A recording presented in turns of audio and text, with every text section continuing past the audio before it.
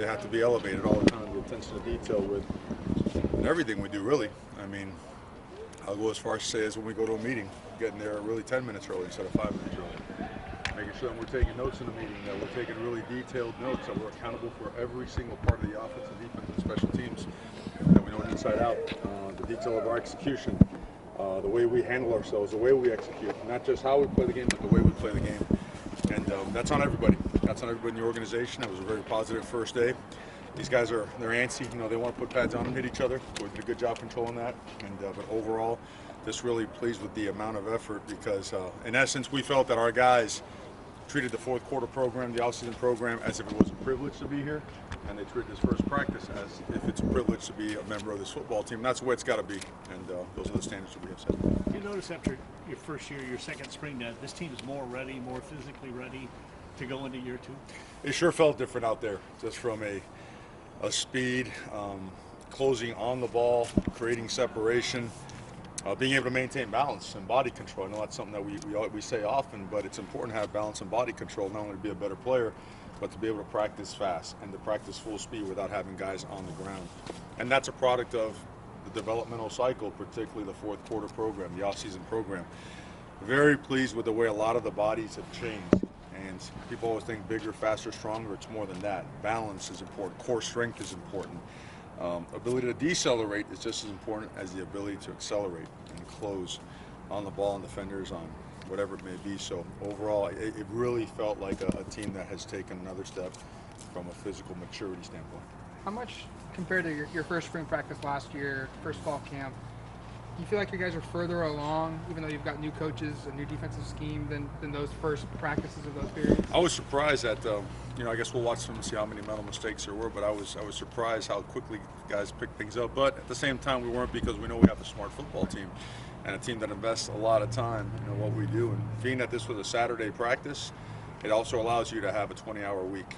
That's a great little caveat there, because now your walkthroughs and your meetings you have extended time, as opposed to if you didn't, if it was a regular 8-hour week, and that helped a bunch. So we literally, it was almost like having a dry run, a dress rehearsal, so to speak, the last few days on where to go, how to do it, the expectations. But I thought everything. I thought the part that, and the coach will laugh at me, and I'll say, well, this was important to me, that the way we stretched, the detail of that, the way we're running on and off the field, the way guys just were not loafing to go. Guys were pushing each other and encouraging each other with the right kind of stuff, trying to positively affect each other as teammates. I thought that was great. I could hear a lot of hooting and hollering at the end of that practice there. What's going on at the end? Oh, it got pretty competitive, where you want to be competitive and at the same time not risk injury, but the defense had made a couple plays in a row, and the offense had made a couple plays in a row, and they like talking. Reminded me of some old school football I'm pretty familiar with, but it was just good to see that kind of juice and energy, and at the same time crossover enthusiasm, where guys on the defense would go to the offense and say, hey man, that's a tremendous play. We're going to need that. I'm coming after you next play, but we're going to need that on game day. So really pleased with that, and at the same time understand that we have a ways to go, and so that restart button is going to be hit every day. And when they come back for meetings and dinner this afternoon, that's part of it too. Now you got to do a better job meeting. You got to do a better job learning from film. You got to do a better job taking care of your body, and not be an immature body. You got to eat the right stuff. I'd love to go and have about 14 double cheeseburgers after something like this, but we got to be mindful of how that's going to affect us in the coming days. How long do you think it'll be before the freshmen who reported early will start having an impact, making you notice, and before you'll start talking about it? I thought it was noticeable today. I thought Josh Delgado had a couple of nice catches. I thought a guy to point out today was Brian Addison. But to me, that's a perfect example of football development, because you guys remember when you got dropped off here, right before we started fall camp. Think about that. Think about you went to prom, a month before that, and all of a sudden, hey, by the way, go play Power 5 football, and what that feels like. Well, now, after 2.5 months of this program, his body is different, his mentality is different. So did he take over the world today? No, but he was a very productive player today. That's important. But I do want to mention, Kayvon Thibodeau, which I thought Drew Mathis looked great. Jimon Eford looked really good. Kale has a very, I wouldn't say a very mild foot injury, so we held him out of live action, but he did throw the ball one-on-one. You could see, strong arm, accurate arm. So they had no choice but to be mentioned. They're in the 2 deep right away, so they got to roll. You've lost some seniors that are very important leaders on this Yes, team. sir. Do you push new guys into those roles, or do you want to see that grow kind of organically within the team? Yeah, it's both. It's both. I remember last year, our first leadership council meeting, it was like, okay, how's this gonna go, right? But by the end of the season, like by the first couple of games, you saw Ugo Amadi step up, right? You saw Justin Hollins and Jalen Jokes really take a really strong role, and as a leader and as a member of the leadership council. But you also saw Troy Dye already doing what he does, right? Justin really came on strong at the end of the season. Now you have, 5, 6 senior offensive linemen that have played a lot of football. You've got a couple older tight ends. We're still young at a couple other positions, but you're older at defensive line. In the secondary, you like to think they're older, but they're true sophomores on their way to being true juniors. Those are just babies at other programs. But even they look different in what they do. So, you can tell I'm really excited about the first day. So I got to, temper it down a little bit because we were running around out there in really like PE uniforms, right? You got a helmet on and a jersey and some shorts. But the thing I'm always going to measure on a day like today is how we're doing things. What is the culture doing? Because it can't stay still and it certainly can't go backwards. It's got to elevate. I think we did that today. Before you turn them down, how excited are you about your veteran? It's, you spend sometimes an entire career trying to get to this moment where you've got a group of guys that have played so many snaps. They know what each other, what they're thinking. Like, I'll tell you, if Shane left now and Jake Hansen was over here and they probably could telepathically know what they want for lunch. They could do that, but they spent so much time together. Just by the way they walk, they could tell, well, he's going to go omelet and he's going to go, more of a lunch type of brunch. So, and that's kind of neat because they could tell how each other think and they know each other's. They have great habits. And you know what? I should have mentioned this. One of the best parts about these guys is that they do a great job training the younger guys. Like Panay walked into Stephen Jones, Randazzo, all those guys. They walked into a regimen now.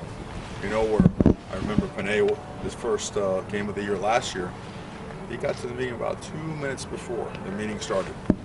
And the older guys know, if you're late to that meeting, you ain't playing on Saturday. So, a bunch of soldiers, they were waiting for him at the door. And the guy said, that's not the way we do things around here. And Panay now is that guy as well. So I just think having that kind of leadership and that kind of experience is invaluable in a lot of different respects. And there's a blessing in as Throck rehabs and gets his body right, it forces other guys into that role and allows us to play with different guys at different positions and will allow us to have a legitimate rotation at the offensive line. As the decision to move Daywood to defense, and are there other guys you're toying about possibly looking at other spots? You know what? It's something that we had thought about, when the offseason started. It's something that he's wanted to. He's talked about it before. He's an extremely fast player. He's an explosive guy. And he's played defense as well. And if you watch him on high school film, he did both relatively, or similarly effective. He just was a very productive guy. And so we gave it a shot. There's a lack of true depth on both sides, but felt good about it, so we went with it. And so Daywood started, playing corner a couple of weeks ago, and he's done a really good job so far. We think he's going to help us. He's a 6'1" guy. Speed. Any other possible things you're toying with in terms of position changes, or everybody else kind of Well, I know Matt Mariota is going to get more reps at wide receiver. He's kind of an H-back, tight end for us. So that's one that definitely sticks out.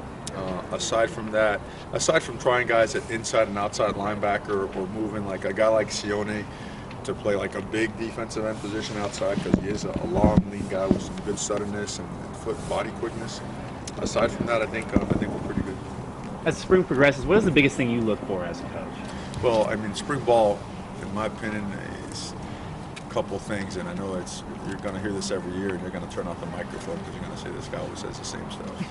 It's you have to establish a really strong work ethic within the program, the organization, and everybody's position group. Like, it has to be elevated. It cannot be the same. That's where the restart button thing comes from. Your fundamentals and your technique have to go to an entirely new level. You have to have what we call, we have an objective for every single practice. We have a purpose and we make it clear with our players. And then on top of that, the last two things would be communication, both verbally and, from a signal standpoint with players, right? The defense when we're playing at home, it's ear shattering in there. They can't hear the call, right? They got to signal it offensively on the road. communication has to be at a premium. And the other part, we have to learn how to become quote-unquote full-speed players, which means that we're going to set an effort standard and a level that's almost unattainable. Does that make sense? Where it's so hard to attain that status and that standard that guys are literally just straining their gut on every single play, thus making them better football players. What are you going to do this spring? Well, I think that's always going to be at a premium. Number one is from a technical and fundamental standpoint, the man blocking part of it has to become something that's more at the forefront. You know, we've done a lot of zone blocking, and we got away from the gap schemes towards the end of last year. You know, some of the burner issues that we have with a couple of our guys, hence when you have to kind of shorten their necks a little bit. So we're going to get more into our gap schemes again. Our tight end blocking emphasis and fundamentals are going to be through the roof. We've added about 4 new concepts in the run game that should help. We're going to do everything from the gun, the pistol, might be in our center a few times as well. Players always ask, well, why is he touching the center? It's like, that's a little too.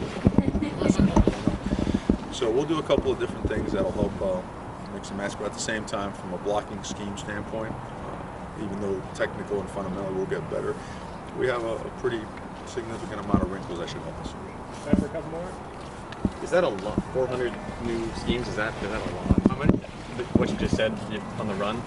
Did you say 400? No! Whoa. I said Just like oh, 4. Oh, sorry, I heard 400. 400 maybe by the end of my lifetime. But no, sorry about that. Just, 3 or 4 little things that are good for us. When we were running the ball well, we were healthy up front, we were tops in the conference. When we got unhealthy, it got away from us. And when we get unhealthy, it can't be an excuse. You know what I mean? We either have to have a guy that's ready to do it at the level we're doing it, or we have to find a way to give it some eyewash, right? Give it a different presentation to allow us to have success. Does that make sense?